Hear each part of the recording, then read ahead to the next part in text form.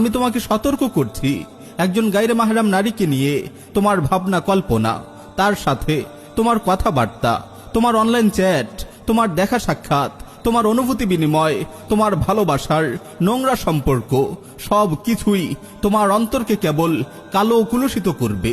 এই অব্যাহত গুনাহ ও নাফরমানিগুলো তোমার হৃদয় থেকে সব কল্যাণ ও সম্ভাবনাকে ঝেঁটিয়ে বিদায় করবে। তোমার অন্তর থেকে ঈমানের মজা কেড়ে নেবে, ইবাদতের স্বাদ ছিনিয়ে নেবে।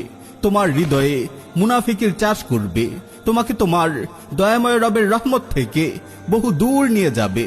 যে চোখ দিয়ে তুমি পরনারী দেখেছো, যে আঙ্গুল ব্যবহার করে তুমি তার সঙ্গে চ্যাট করেছো, যেই হাত দিয়ে তুমি তাকে স্পর্শ করেছো, যে পায়ে হেঁটে তুমি তার কাছে গিয়েছো, তোমার এই চোখ, তোমার এই হাত, তোমার এই পা কিয়ামতের দিন তোমার বিরুদ্ধে সাক্ষ্য দেবে।